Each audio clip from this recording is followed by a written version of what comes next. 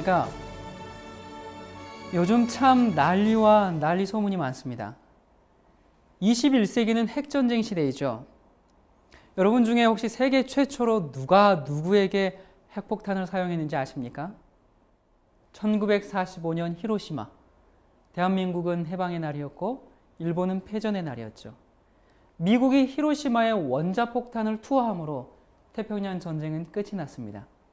여기 이곳은 평화기념 자료관인데요. 제가 열흘 동안 히로시마와 후쿠오카를 다녀온 적이 있습니다. 히로시마에서 이제 이곳을 갔었는데 이곳은 히로시마에 투하된 그 원자 폭탄의 그 전쟁 당시의 상황을 생생하게 묘사해 놓은 곳입니다. 한국에는 그 천안의 독립기념관이 있죠. 그런 것처럼 이제 잘 그렇게 인형이라든지 여러 가지 조형물로 꾸며놓은 곳인데요. 불바다가 된 처참하고 끔찍한 모습을 재현해 놓은 곳입니다. 여기 지금 사진을 보시면은 지금 히로시마 상공에 원폭이 투하되는 모습이고요. 그리고 사람들이 지금 피해를 입고 있는 그런 것들을 형상화해 놓은 것이고, 도시의 이제 처참한 모습들, 그리고 현재 남아있는 그런 건물들입니다. 자, 이것은 그 리틀 보이라는 당시 히로시마에 떨어뜨렸던 핵폭탄인데요.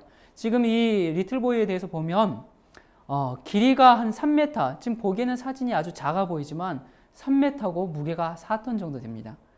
1945년 8월 6일 아침 8시 15분 이 리틀 보이가 떨어짐으로 말미암아 인명피해가 약 14만 명 그렇게 벌어졌었죠. 이것을 계기로 2차 세계대전이 이제 종결되게 되었는데요. 그날 아침 오전 8시 15분 미 전투기는 히로시마 도시 위에 무언가를 떨어뜨렸습니다.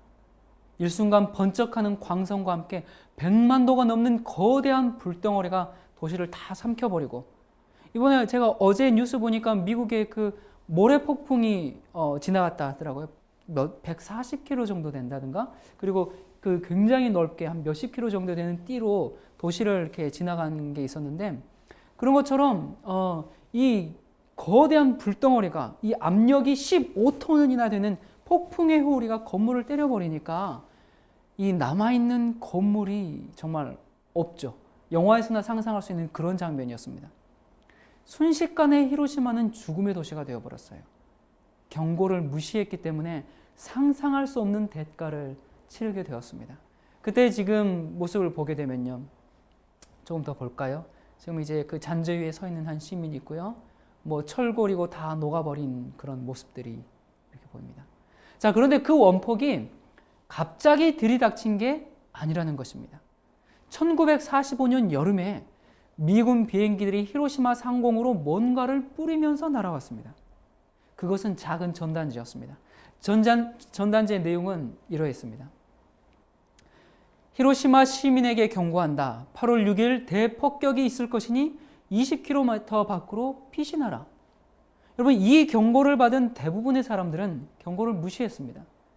극소수의 사람들만이 경고를 듣고 짐을 싸서 정든 자기 집을 두고 멀리 떨어진 다른 친척집이나 또 다른 도시들로 떠났습니다. 자, 하나님께서 우리에게도 이러한 경고를 미리 주실 것인가?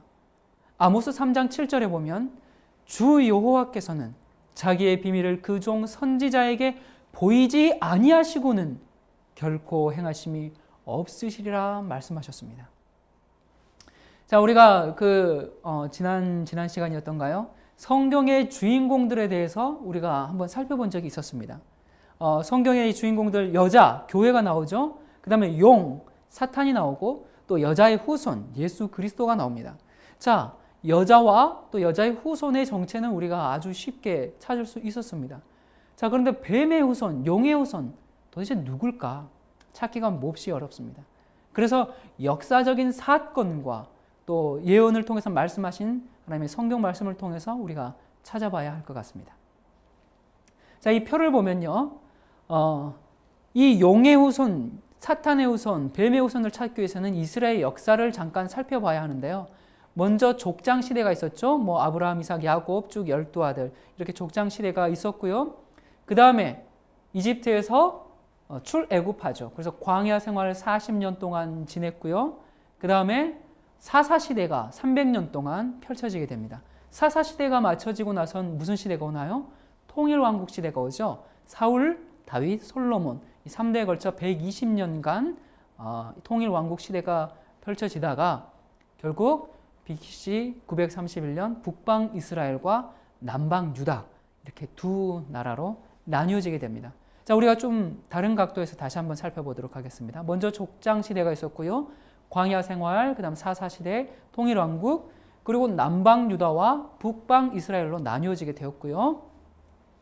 그러고 나서 북방 이스라엘은 아시리아에게 멸망당했고 남방 유다는 BC 605년에 바벨론의 포로로 끌려가게 됩니다.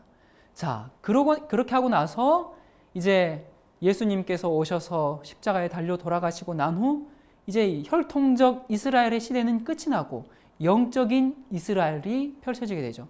그래서 바벨론 포로 이전 시대와 포로 이후 시대, 그리고 지금 우리가 살고 있는 참된 영적인 이스라엘 교회 시대가 펼쳐지게 됩니다. 자, 다시 한번 보시면요. 포로 이전 시대 용의 후손은 누구였는가? 여러분, 누가 유다를 포로로 잡아갔습니까? 어느 나라였죠? 자, 여기 보면 이스라엘이죠. 히브리서 출애굽기 1장 16절에 보면 이거 누구 얘기입니까? 모세가 탄생하던 그때 이야기죠. 자, 이집트, 애굽이 용의 후손으로서 하나님의 백성들을 공격했었습니다. 자, 그리고 포로 시대 때는 아시리아가 공격을 했었고요. 자, 그리고 바벨론, 다니엘서 1장 1절에 보면 느부갓네살 왕이 예루살렘에 와서 그들을 포로로 잡아가는 그 이야기가 이제 나오기 시작하죠. 자, 이 바벨론 이야기가 이제 나오려면 다니엘서 이야기가 나와야 되는데요. 자, 먼저 포로 이전 시대는 애굽과 아시리아가 용의 후손으로서 이제 하나님의 백성들을 핍박하는 세력으로 나왔었고요. 포로 시대 때 바벨론이 포로 이후 시대에 하나님의 백성들을 핍박하는 용의 후손의 대리자의 역할을 하는 역사가 나옵니다. 자, 그러면 남방 유다의 왕조가 약 20왕조는 있는데요. 바벨론의 포로로 잡혀가는 때가 어느 때 왕이었습니까? 다니엘서 1장 1절을 보니까 여호야김 시대에 유다 나라가 이제 바벨론의 포로로 잡혀가게 되죠. 그래서 용의 후손으로서 하나님의 백성들을 핍박하는 이야기가 나오는데, 자, 이 다니엘서 2장 1절부터 2절에 보면 무슨 이야기가 나옵니까? 느부갓네살이 한 꿈을 꾸었어요. 이 다니엘서 2장 이야기는 여러분들께서 아주 잘 아실 테니까 제가 성경을 읽지 않아도 아실 테니까 자세하게 읽지는 않고요. 꿈을 꾸고 이제 다음 날 이 꿈을 이제 해석하기 위해서 여러 박수와 술객과 점장이를 다 불렀습니다. 다 불렀는데 무슨 일이 벌어졌습니까? 아무도 이 꿈을 해석하지 못했죠. 그래가지고 다 죽이라 막 그렇게 해서 이제 그 나라의 학자들 다 불러서 죽이려고, 다니엘도 찾아서 죽이려고 하던 차에 어떤 일이 벌어집니까? 다니엘이 시간을 좀 주십시오 해서 하나님께 기도하고 그 꿈의 이상이 무엇인지 다니엘이 이제 알고 와서 왕께 해석하는 것이 다니엘서 2장 31절부터 35절에 나옵니다. 우리 한번 읽어볼까요? 왕이여, 왕이 한 큰 신상을 보셨나이다. 그 신상이 왕의 앞에 섰는데 크고 광채가 특심하며 그 모양이 심히 두려우니 그 우상의 머리는 정금이요 가슴과 팔들은 은이요 배와 넓적다리는 노시요 그 종아리는 철이요 그 발은 얼마는 철이요 얼마는 진흙이었나이다. 또 왕이 보신즉 사람의 손으로 하지 아니하고 뜨인 돌이 신상의 철과 진흙의 발을 쳐서 부서뜨리매 때에 철과 진흙과 녹과 은과 금이 다 부서져 여름 타작마당에 겨같이 되어 바람에 불려간 곳이 없었고 우상을 친 돌은 태산을 이루어 온 세계에 가득하였었나이다 라고 다니엘이 이제 꿈을 해석하게 됩니다. 자, 이 해석에 맞춰서 우리가 한번 영상으로 살펴보도록 하겠습니다. 자, 왕이여, 왕이 한 신상을 보셨나이다 라고 다니엘의 해석은 시작합니다. 먼저는 이제 왕은 금머리에 대해서 신상을 얘기했고요. 그 다음에 은가슴, 그 다음에 이제 노수로 된 배, 그리고 그리고 철로 된 두 다리, 그리고 철과 진흙이 섞인 10발가락을 왕께서 보셨나이다 라고 설명합니다. 왕이 보고 있던 중에 사람의 손으로 하지 아니한 뜨인 돌이 공중에서부터 날아와 신상을 쳐서 부서뜨렸다는 것까지 다니엘의 해석은 이제 그 꿈에 대한 내용을 이야기하죠.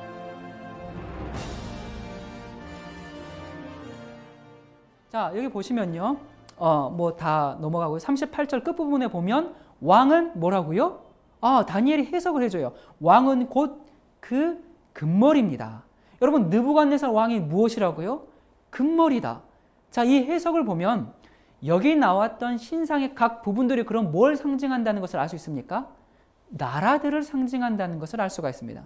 다시 말해서 다니엘이 살던 바벨론으로부터 시작해서 이 세상에 일어날 여러 나라들을 예언적으로 보여주고 있는 것입니다. 이 바벨론은 기원전 605년부터 539년까지 실제로 존재했던 국가이지요.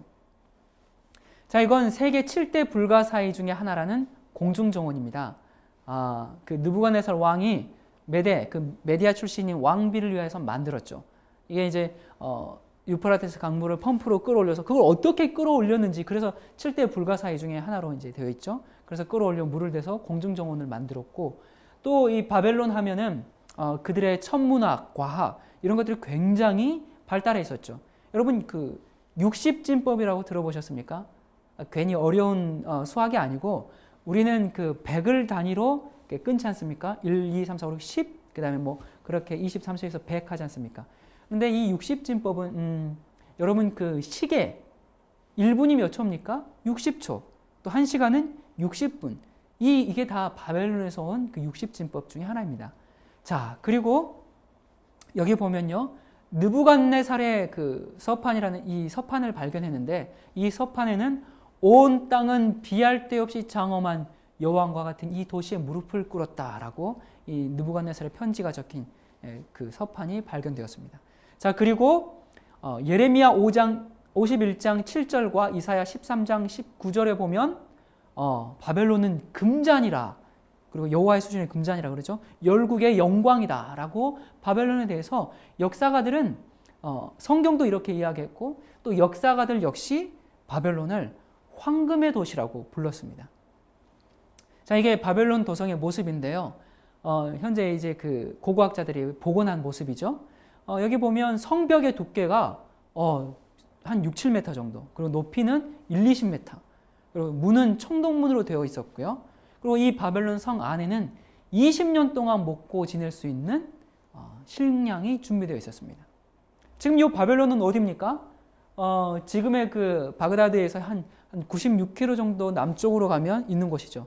그러니까 이라크는 바벨론 제국이 세워졌던 곳에 세워진 나라입니다. 오늘날 고고학자들에서 이 바벨론의 옛 영광이 드러나는데요. 당시에 그 무기나 또 그 어떤 군사력을 가지고 이 성을 점령한다는 것은 정말 불가능한 일이었습니다. 정말로 바벨론은 금물입니다 라고 표현할 만큼 그러한 도시였습니다. 자, 그런데 다니엘의 해석은 계속됩니다. 자, 뭐라고 합니까? 여기 보면요. 고대 역사가 헤로도터스가 느부갓네살이 죽은 지 1세기 후에 바벨론을 방문했는데 그때까지 많은 금이 남아있는 것을 발견했다. 신전, 제단, 사당 등 모든 것이 귀중한 금으로 입혀져 있었다라고 이제 이 앤더슨은 다니엘서를 해석하면서 이렇게 이야기합니다. 자, 그런데 이러한 바벨론이었는데, 자, 금이 신상이 어떻습니까? 금으로 다 입혀졌나요? 아니죠. 그 다니엘의 다음 해석을 한번 들어보도록 하겠습니다. 다니엘서 2장 32절, 39절 보니까 가슴과 팔들은 은이요. 그러니까 그러면서 왕의 후에 왕만 못한 다른 나라가 일어날 것이라고 해석을 합니다. 여러분, 성경은 바벨론 뒤에 바벨론보다 못한 다른 나라가 일어날 것이라고 예언하고 있습니다. 역사를 살펴보면 바벨론을 무너뜨린 나라는 메데페르시아, 꼭 성경에 나오는 메데바사였습니다. 자, 그런데 왜 메데페르시아를 은이라고 묘사했을까? 이유가 무엇일까? 자, 이 기록을 보면요. 마치 은이 가치에 있어서 금보다 못하는 것처럼 그 다음 세계적인 왕국이 되었던 메데 바사는 부와 영화에 있어 바벨론보다 못했다. 그러나 바사는 뭐가 많기로? 은이 많기로 유명했다. 그래서 메데 바사는 최초로 세금을 은으로 지불한 나라라는 것입니다. 여러분, 은이 많아서 세계 최초로 세금을 은으로 거둬들인 나라. 여러분 생각해 보십시오. 하나님께서 이 나라를 은으로 묘사한 것은 얼마나 적절합니까? 여러분, 성경은 결코 추측이 아닙니다. 성경은 정말로 믿을 만한 아주 정확한 책입니다. 그런데 이 은나라도 영원한 것이 아니라 또 어떻게 된다고요? 여러분, 이 은나라인 이 페르시아 제국이 그리스를 이제 정복하기 위해서 전쟁을 일으킵니다. 첫 번째 전쟁은 다리우스 때였죠. 이제 다리우스가 함대를 이끌고, 그때가 한 BC 492년경이었습니다. 함대를 이끌고 이제 그리스를 공격했는데, 헤로도토스의 기록에 따르면 헬레스폰트 해협에 폭풍이 일어나서 300여 척의 전함과 2만 명의 군사를 잃게 됩니다. 그래서 이제 이 다리우스가 패전을 하고 다시 돌아와서 정비를 갖춘 다음에 다시 이제 2차 전쟁을 나갑니다. 그래서 이제 나갔는데 어떻게 됐습니까? 그때 당시에 그 페르시아 군사력에 대해서 헤로도토스는 약 한 20만 명, 그러니까 플라톤은 50만 명으로 추산하고 있습니다. 페르시아 군대는 아테네 북동쪽에 있는 이제 마라톤 평야에 상륙하게 되었습니다. 그래서 아테네를 공격하죠. 아테네는 1만 명으로 페르시아 군과 맞섰습니다. 헤로도토스에 따르면 이 페르시아 군은 그때 당시 한 6,400명을 잃어버린 반면에 아테네 군은 192명만을 잃었습니다. 여러분, 42.19km를 달리는 그 마라톤, 올림픽 때 많이 하죠. 그 마라톤의 유래가 어디서부터 시작됐는지 아십니까? 바로 여기서부터 시작합니다. 이 이제 마라톤 해협에서 승리한 이 소식을 그리스 용사가 이제 마라톤 전장에서 아테네까지 42.195km를 달려서 승전을 알리고, 그리고 이제 너무 숨이 가빠서 이렇게 죽게 되죠. 그래서 마라톤 경주는 이것을 기념하기 위해서 생긴 것입니다. 자, 그런데 이 페르시아가 1차, 2차 전쟁에 어떻게 됐습니까? 둘 다 패전을 해버리고 말았어요. 그래서 3차 전쟁을 또 일으키게 됩니다. 그게 이제 크셀크스 왕이죠. 다리우스 1세가 죽고 그의 아들 크셀크스가 그 뒤를 이었습니다. 자, 이 크셀크스가 도대체 누군가? 성경에 이 사람이 나올까요? 나옵니까? 나옵니다. 성경에 이 사람의 이름이 무엇이라고 나오죠? 에스더에서 보면 아하수에로라고 나오죠. 바로 이 아하수에로가 이제 페르시아가 동원할 수 있는 모든 군대와 물자를 모아서 이 진격을 했습니다. 헤로도토스의 기록에 하면 이때 이제 군사력이 보병이 170만 명, 기병이 8만 명, 총 260만 명 이상의 대규모 군사력이라고 기록하고 있습니다. 현대 역사가들은 이제 워낙 그리스 역사가들은 조금 과장이 심했다, 그러면서 말도 안 되는 전쟁 규모다라고 이렇게 얘기하지만, 그러나 우리가 에스더서를 읽어보면 이 그 아하수르 왕이 막대한 전쟁 자금을 낭비했기 때문에 결국 이방인인 하만을 총리로 세우게 되는데, 그 배경이 바로 이 전쟁입니다. 이것과는 관련해서 저희가 드릴 말씀이 많은데, 일단 이 이야기는 아마 제가 다른 시간에 이야기할 기회가 또 있을 거라고 생각합니다. 그때 더 나누도록 하고요. 자, 어쨌든 이 크셀크스 아하수르 왕이 이렇게 이제 전쟁을 이제 쳐 들어갔습니다. 그리스는 하나의 국가가 아니라 아테네, 스파르타, 이러한 그 폴리스라고 하죠. 여러 도시 국가들로 형성된 곳이었습니다. 육군은 그래서 스파르타 나라가 이 도시 국가가 맡고, 해군은 이제 그 해전은 아테네가 지휘권을 맡았습니다. 그래서 이제 페르시아와 전쟁을 일으키게 되죠. 자, 이때 그 유명한 스파르타의 300인 전쟁이 등장합니다. 여러분, 그 스파르타의 300인이라고 혹시 들어보신 적이 있으십니까? 스파르타 왕 레오니더스와 그리고 그의 군사들 300명의 전사들이 이제 페르시아 군대를 맞아서 싸우게 되는데요. 페르시아군이 그리스를 가자면 꼭 통과해야 하는 지역이고, 또 많은 군사들이 한꺼번에 진격하는 것을 막을 수 있는 아주 테르모필레라는 협곡이 있습니다. 자, 이곳에서 15만 명이라는 페르시아 대군을 맞아서 3일 동안을 버텨냅니다.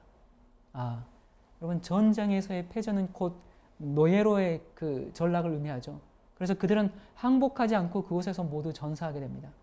자, 그런데 어쩌면 그 승리했을지도 모를 이 전투의 이 마지막 3일째 되는 날, 그리스의 한 농민이 협곡을 우회하는 새끼를 이제 페르시아에게 알려줘서 페르시아군이 스파르타와 이 정면 돌파는 도저히 할 수가 없으니까 뒤쪽으로 아마 뭐 뇌물을 줬는지 그 농민에게 뭐 그렇게 했겠죠.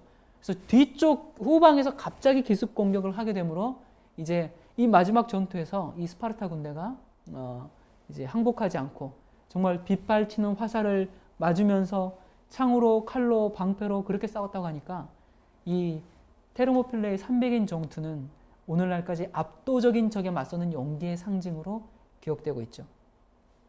자, 여기가 지금 테르모필레인데요. 지금은 이제 가보니까 그때 당시만 해도 여기 아래는 지금은 다 육지인데 여기는 다 바다였습니다. 그리고 저 절벽, 암벽이 테르모필레 협곡인데요. 아주 좁은 새길을 잇고 저기를 통과해야만 했죠. 네. 저기 지금 서 있는 왕은, 이제 군사는 레오니더스 왕입니다. 지금 그곳에 가보면 그냥 레오니더스 왕의 그 동상만 하나 이렇게 있더라고요. 그리고 이제 그 테르모필레 협곡이 보이는 곳에 조그만한 비석이 하나 이렇게 남아 있습니다. 여러분 그 스파르타 교육하면 많이 들어보셨죠? 학교 다닐 때도 배웠고 스파르타 하는데 도대체 스파르타란 말이 어디서 나왔는가? 이 바로 도시국가인 스파르타에서 나온 이야기인데요. 이 스파르타 남자는 아주 그 어렸을 때부터, 그러니까 우리가 이제 군대를 가면 뭐 3년 반, 뭐 지금 좀 줄었습니다만 그렇게 단체 생활을 하지 않습니까? 군대 생활을 하고. 근데 스파르타 남자는 어렸을 때부터 단체 생활을 하고 군사훈련을 어렸을 때부터 받습니다. 그래서 스파르타 남자들은 전부 군사고 또 아주 육체 단련을 아주 엄격하게 받았기 때문에 그러한 그 용맹한 그러한 이제 아이들로, 청년으로 또 국민으로 기르죠. 그래서 스파르타식 교육이라고 하면은 이러한 그 강한 군사훈련, 육체훈련, 아주 엄격한 청년 교육 그런 것들을 이제 스파르타식 교육이다라고 이야기합니다. 어쨌든 이제 그 육지에서는 스파르타군이 페르시아 군과 이제 그 맞섰고요. 자, 해전에서는 어떤 일이 벌어졌는가? 해전은 이제 그 전쟁은 아테네가 맡았죠. 그러니까 그 부녀자와 아이 그리고 노인을 제외하고는 모든 시민들이 전부 함선에 타서 이때 참 그 제가 뭐 그 연설했던 사람은 잊어버렸습니다만 이름은 그 사람이 이제 아주 감동적인 호소와 연설을 통해서 모든 남자가 다 함선에 타서 페르시아군과 맞서 싸우게 된 이야기가 나옵니다. 이 페르시아군을 이제 폭이 좁은 살라미스 이제 해안으로 유인해서 그들을 격파하게 되죠. 이것이 바로 그 유명한 세계 4대 해전 중에 하나인 살라미스 해전입니다. 이 4대 해전에 이순신 장군의 명랑해전이 포함되어 있다고 합니다. 자, 어쨌든 이렇게 해서 3번에 걸친 페르시아의 이 그리스 원정은 모두 실패하고 말게 됩니다. 자, 1차, 2차, 3차 전쟁을 하고 나서 페르시아가 굉장히 국력이 약해졌겠죠. 자, 다니엘서 2장 39절에 보면 그 다음에 또 무슨 나라가 일어난다고요? 녹 같은 나라가 세 번째로 나타난다고 합니다. 자, 무슨 나라가요? 녹 같은 나라. 이 녹 같은 나라가 도대체 어떤 나라인가? 세계 역사에서 찾아보니까 누구라고 나옵니까? 이 녹 같은 나라는 그리스라고 나옵니다. 다른 말로 하면 헬라 또는 마케도니아라고 하죠. 자, 페르시아가 그리스를 정복하지 못했을 뿐만 아니라 오히려 무슨 일이 벌어졌어요? 이 그리스 북방에 있는 이 마케도니아 알렉산더 대왕이 아벨라 전투에서 페르시아를 정복함으로 이제 새로운 세계가 다시 펼쳐지게 됩니다. 자, 여기는 지금 보면은 그 마케도니아, 그러니까 오늘날의 그리스죠. 그 네아폴리 항구인데요. 이제 이 네아폴리 항구에 딱 가보면 항구에 이런 벽화가 있더라고요. 여기 보면 지금 사도 바울이 마케도니아의 환상을 보고 마케도니아로 건너가는 그러한 이제 환상인데, 저 보고 있는 저 남자 가운데 용사가 누굴까? 저게 바로 이제 그리스 사람들은 이렇게 얘기합니다. 알렉산더 대왕을 사도 바울이 보았다라고 해서 알렉산더의 얼굴, 이게 이미지를 저렇게 해놓았습니다. 이 네아폴리에 가보면 뭐 지금 오늘 이야기하고는 별로 상관이 없는 얘기긴 합니다만 네아폴리 항구가 나와서 사도 바울이 이제 그리스에 복음을 전하기 위해서 첫 번째 발을 디딘, 그러니까 배에서 발을 떼고 땅에 닿을 때 세우는 그 돌이 있어요. 그 돌을 이제 이 벽화 앞에 이렇게 세워놨더라고요. 저도 한번 밟아보고는 왔는데, 그래서 사도 바울의 정말 이방인을 전도하기 위해서 홀로 그렇게 떠났던 그 모습을 한번 생각해 봤었는데요. 자, 이 알렉산더, 이 나라를, 그리스를 세운 사람이 알렉산더 대왕입니다. 자, 지금 저 모습이 어떻게 알렉산더 같습니까? 네. 그런데 왜 그리스를 롯으로 묘사했을까요? 왜 그리스를 롯으로, 헬라를 롯으로 묘사했을까? 여기 역사의 기록에 보면요, 아버지 필립 대왕의 선견 지명에 의해서 학문의 아버지로 불리는 철학자 아리스토텔레스를 개인 교사로 교육받은 알렉산더는 헬라 문명으로 구리처럼 이용시켰다. 그러니까 헬라 문명으로 구리처럼 사람들을 이용시켰는데 고대 그리스 사람들은 구리 재련에 너무나 탁월했기 때문에 고대 역사가들에 의해서 뭐라고요? 롯으로 뒤집어 쓴 그리스인들로 불러질 정도였다라고 기록하고 있습니다. 다시 말해서 그들의 창이 롯이었습니다. 또 그들의 방패가 롯이었고 그들의 갑옷이 롯이었습니다. 말의 장신구가 롯이었습니다. 그래서 그들을 뭐라고 불렀어요? 롯으로 뒤집어 쓴 그리스인들, 롯으로 뒤집어 쓴 사람들. 하나님께서 이 헬라 그리스를 롯 같은 나라라고 말한 것은 얼마나 정확합니까? 이 알렉산더는 놀라운 속도로 세계를 정복하게 됩니다. 그러나 이 대제국도 영원할 것이 아니라 어떻게 된다고요? 멸망한다고 이어는 말하고 있습니다. 다니엘서 2장 40절에 보니까 네 번째 나라가 나오는데요. 넷째 나라는 무슨 나라? 철 같은 나라. 모든 물건을 부서뜨리고, 자, 이 철 같은 나라가 나타난다고 얘기하고 있습니다. 여러분, 그리스를 무너뜨린 철나라는 도대체 어떤 나라일까요? 그것은 바로 로마입니다. 여러분, 로마 시대에 예수님이 오셨죠? 그리고 로마의 철에 예수님이 못 박히셨고 돌아가셨습니다. 또 철은 아주 잔인함과 또 강인함을 얘기하죠. 이게 로마의 역사 제3권 10장에 보면 주전 168년 6월 22일 알렉산더 사후 144년이 되던 때 드디어 알렉산더 제국은 로마에 의해서 피드나 전투에서 멸망했다라고 기록하고 있습니다. 그리고 로마는 500년 이상이나 거의 정복되지 않을 것처럼 보였다. 로마의 깃발은 영국의 도서에서 아라비아만까지, 북해에서 사하라 사막까지, 대서양에서 유브라데 강까지 펄럭였다. 로마의 황제들은 신으로 경배를 받았고 로마의 지배 아래에 있는 모든 나라들, 자기들의 정책에서 벗어나는 자들을 위한 감옥으로 만들었다. 역사가 기본은 로마의 힘에 저항하는 일은 죽음을 의미했고 거기서 벗어나기란 불가능했다라고 말했다. 자, 로마가 이런 나라였습니다. 자, 그런데 다니엘서 2장 41절에 보니까 로마 다음에 어떤 새로운 나라, 다른 나라가 이러한 철의 제국을 이후에 또 다른 나라가 나온다고 말합니다. 2장 41절에 보면 왕께서 그 발과 발가락이 얼마는 뭐요? 토기장의 진흙이요 철이요. 자, 그리고 나라가 어떻게 된다고요? 나누일 것이라고 얘기합니다. 여러분, 성경은 이 로마가 멸망하는 것이 아니고 나뉜다고 말했습니다. 로마는 너무나 강한 강대국이었기 때문에 한 번의 전쟁을 통해서 그냥 한꺼번에 망하는 것이 아니라 여기저기 약화되면서, 너무나 큰 나라였기 때문에 약화되면서 붕괴되기 시작합니다.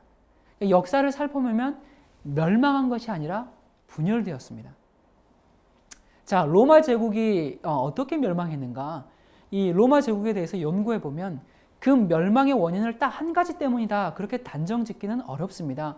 뭐 여러 가지 정치적인 상황도 있었고, 그러나 이제 대표적으로 말할 수 있는 것은 여기 보시다시피 훈족과 게르만 민족의 이 유입, 그 공격을 막아낼 수 없었던 것이 본질적인 원인이라고 볼 수 있습니다.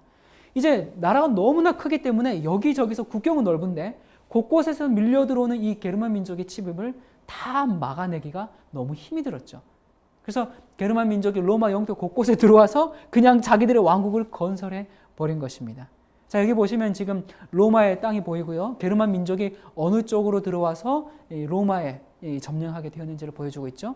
그래서 여기 지금 이제 게르만 민족들이 들어옴으로 말미암아 로마가 어떻게 돼요? 정확히 발가락에 몇 개 있습니까? 네, 10나라로 나뉘어지게 됩니다. 여기 보면 앵글로색슨, 스웨비, 뭐 비스트로고스, 반달, 헤룰리, 뭐 오스트로고스, 롬바르드, 알마니, 뭐 부르곤디, 뭐 이런 프랑크 이런 식으로 다 나눠지게 됩니다.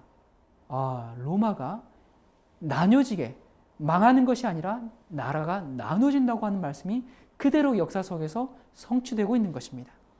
자, 이 로마가 10나라로 나눠졌는데 그 나라들이 지금 오늘날의 나라로 하면 영국, 포르투갈, 스페인, 뭐 아프리카 북부, 프랑스, 스위스, 독일, 이탈리아 이런 식으로 로마가 이제 분열되기 시작한 것입니다.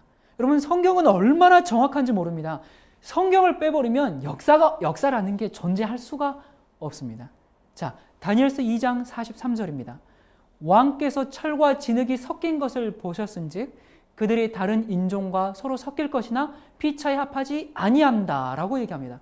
여러분 지금의 그 유럽 보십시오. 영국, 뭐 스페인, 프랑스 이런 나라들이 서로 뭐 섞여 살고 하지만 하나로 합치지는 않을 것이라고 이야기하고 있습니다. 유럽의 왕실들은 대부분 서로 친척 관계입니다. 그들은 혼인 관계를 통해서 국가를 다시 예전처럼 거대한 정말 제국을 만들려고 아무리 노력했지만 실패했습니다. 왜 그랬을까요? 왜냐하면 성경이 피차에 합하지 않을 것이라고 예언했기 때문에 그렇습니다. 자, 여기 지금 보시면 많은 왕들과 영웅들이 일어나서 유럽을 하나로 합치려고 그렇게 애쓰고 노력했지만 성공하지 못했습니다. 자, 여기 지금 또 한 사람이 나오죠. 자, 이 사람을 보면 샤를마뉴, 프랑스 말로는 샤를마뉴라고 부르고 독일어는 카를 데제, 또 라틴 말로는 카롤루스 데제, 영국에서는 찰스 데제. 자, 이게 다 한 사람에 대한 이야기입니다. 그런데 이름이 참 많죠. 자, 왜 그럴까? 이 샤를마뉴는 라틴어로 카롤루스 데제라고 하는데 그만큼 그의 명성과 역사에 미친 영향력이 전 유럽에 두루 걸쳐 있기 때문에 그렇습니다. 이 샤를마뉴는 프랑크 왕국 출신이죠. 33년간의 그 작센 전쟁을 통해서 영국 또 이탈리아 남부 이 두 곳을 제외한 서유럽 전부가 그의 지배 아래 다 들어갔습니다. 그는 전쟁만 잘했던 것이 아니라 외교에도 아주 능숙한 황제였죠. 그래서 AD 800년에 무슨 일이 있었습니까? 교황 레오 3세가 성 베드로 성당에서 서로마 황제로 인정하면서 황제관을 씌워줬습니다. 네. 또 샤를마뉴 하니까 하나 또 빼놓을 수 없는 게 그 샤를마뉴 전투의 그 전투 일화를 중심으로 롤랑의 노래라는 이 중세 기사도 문학의 걸작품이 나오게 되었죠. 어쨌든 이 샤를마뉴 그렇게 그 영향력 있고 강인했던 샤를마뉴도 유럽을 통일시키지 못했습니다. 자, 그 다음에 스페인의 칼 5세 그가 아무리 노력했지만 피차에 합하지 아니하리라라는 말씀처럼 통일시키지 못했습니다. 자, 그리고 짐이 곧 국가라고 주장했던 누구예요? 루이 14세. 프랑스의 루이 14세도 역시 실패했습니다. 왜 실패했는가? 왜냐하면 성경이 철과 진흙이 합할 수 없는 것처럼 그 나라가 섞일 것이지만 합치지 못할 것이라고 예언했기 때문에 그렇습니다. 자, 그 다음에 누굽니까? 나폴레옹이 나오네요. 나폴레옹이 유럽을 다시 하나로 합치기 위해서 일어났습니다. 하나의 법전, 하나의 화폐가 있을 때까지 평화는 없다. 그렇게 선언하면서 나폴레옹은 전쟁의 신이라고 불릴 만큼 엄청난 이 전쟁의 천재였죠. 이 나폴레옹의 유명한 그 말 가운데 내 사전엔 뭐가 없다? 불가능이 없다. 그렇게 외쳤지만 1815년 6월 18일 워터루 전쟁에서 그는 패배하고 말았습니다. 그의 군대가 그 나폴레옹 군대가 전투에서 승리하기 위해서는 아주 맑은 날씨가 필요했습니다. 그런데 이 전쟁의 천재가 날씨 하나 분간하지 못했겠습니까? 아주 좋은 일기를 골랐죠. 그런데 갑자기 전쟁 중에 천둥과 번개가 치더니 소나기가 퍼부었습니다. 나폴레옹이 하늘을 쏘아보았지만 어쩔 수가 없었습니다. 길은 온통 수렁으로 다 이렇게 바뀌어버렸고 이 나폴레옹이 자랑하던 이 대포는 진흙탕에 파묻혀서 무용지물이 되고 말았습니다. 이것이 바로 나폴레옹의 권세를 무너뜨린 워터루 전투입니다. 빅토르 위고는 이 나폴레옹과 동시대의 인물이죠.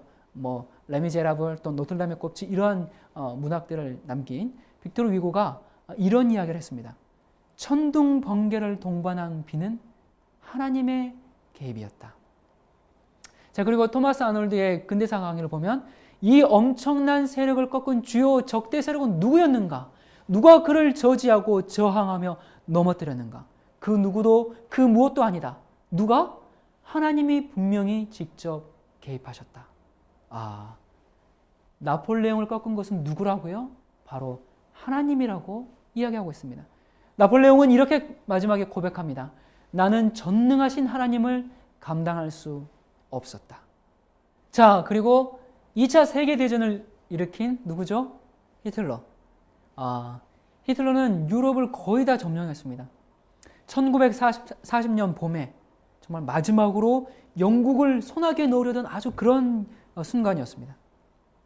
영국의 처칠 수상은 국민들에게 계속 방송을 하면서 끝까지 대항했습니다. 이 영국에 이제 미사일이 없어서 전투기로 미사일 공격을 막았습니다. 그러니까 이 전투기가 하나 떠서 미사일 맞고 또 전투기 떠서 전투기 맞고 계속 공격하는 것을 더 이상 막을 것이 없기 때문에. 그래서 이제 마지막 그 영국의 수상이 저 전투기가 마지막 비행기입니다라고 이제 마지막 비행기가 떴습니다. 그런데 저것만 이제 없고 히틀러가 계속 공격했으면 아마 역사는 좀 어떻게 됐을지 모르겠는데 히틀러가 갑자기 공격을 중단했습니다. 히틀러가 한 번만 더 공격했더라면 영국은 점령당하고 말았을 것입니다. 히틀러는 이제 그해 9월 아주 가을에 좋은 날씨를 선택해서 재공습에 들어갔습니다. 그런데 이 보름 동안이나 도보 해협에 강풍이 계속 불어서 그 계획은 좌절되었습니다. 다시 히틀러는 11월 4일 안개가 끼는 때를 틈타서 해병대를 상륙시켜서 기습 공격을 하려고 했습니다. 그런데 그해 겨울 800년 만에 이 도보 해협에 안개가 끼지 않고 지나가 버렸습니다. 그래서 다시 1941년 3월 14일 그 유명한 유보트 잠수함으로 기습 공격을 하려고 작전을 짰습니다. 2차 세계대전 당시에 그 유보트 1,000척 이상을 이제 그 히틀러가 만들어서 이 연합군의 군함 5,000척을 격침시켰죠. 그래서 유보트는 아주 화려한 전력을 자랑하고 있었습니다. 그런데 이 유보트로 이제 공격할 그 계획을 세운 바로 이제 전날 밤에 출격 전날 밤에 대서양 바다에 아주 큰 해일이 일어나서 유보트가 산산조각이 다 나고 말았습니다. 그래서 그 후에 1944년 아이젠하워가 이끄는 연합군은 다시 집결해서 노르망디 상륙 작전을 성공할 수 있었지요. 여러분 이것이 우연의 일치라고 보십니까? 자, 왜 히틀러는 승리하지 못했을까? 성경이 그렇게 될 것이라고 예언하고 있기 때문에 그렇습니다. 피차에 합하지 아니하리라. 자, 다니엘서 2장 43절 다시 한번 보도록 하겠습니다. 왕께서 철과 진흙이 섞인 것을 보셨은즉 그들이 다른 인종과 서로 섞일 것이나 어떻게 된다고요? 피차에 합하지 아니하리라. 하나님의 예언이 그대로 성취된 것입니다. 자, 다시 한번 보겠습니다. 자, 금머리는 어디라고요? 바벨론이라고 했습니다. 그리고 은가슴은 메데 페르시아, 그 다음 나라는 헬라, 그리스라고 하죠. 자, 그리고 로마, 그리고 로마가 어떻게 된다고요? 10나라로 나뉘어지게 되는데 그게 오늘날의 유럽입니다. 자, 여기 지금 보시면은 숫자들이 있죠. 뭐 19.3부터 쭉 해서 7.8 이렇게까지 가는데, 자, 이 숫자가 무슨 뜻인가? 이건 무슨 뜻이냐면 물을 1이라고 했을 때 그 금은 자 19.3배라는 것입니다. 지금 바벨론은 19.3이라고 나오고 있죠. 자, 19.3배인데 그 비중을 얘기하는 거죠. 그러니까 물 한 동이는 들 수 있어도 금 한 동이는 무거워서 19배 되니까 못 든다는 것입니다. 자, 그런데 이 지금 이 슬라이드를 보면 금속이 내려갈수록 어떻게 됩니까? 숫자가 어떻게 되고 있습니까? 적어져요. 그러니까 내려갈수록 금속이 가볍습니다. 이 신상은 이렇게 그림으로는 서 있을 수 있지만 실제 금속으로 이렇게 만든다? 그러면 서 있을 수가 없습니다. 여러분, 인간의 나라는 불안하기 때문에 언젠가는 무너진다는 것을 또한 하나님께서 보여주신 그런 예언 아니겠습니까? 자, 우리 다시 한번 살펴보도록 하겠습니다.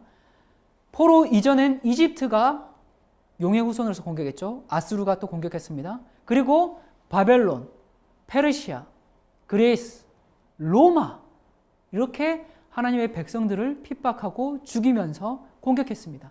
자, 그러면 지금 신약시대 누굴까요? 누가 영적인 이 하나님의 백성들을 핍박하고 죽이며 짐승의 표를 강요할 이 세력을 알아야 마지막 전쟁에서 승리할 수 있는데 과연 이것은 용의 후손은 과연 누구인가? 자, 그것은 다음 시간에 알려드리도록 하겠습니다.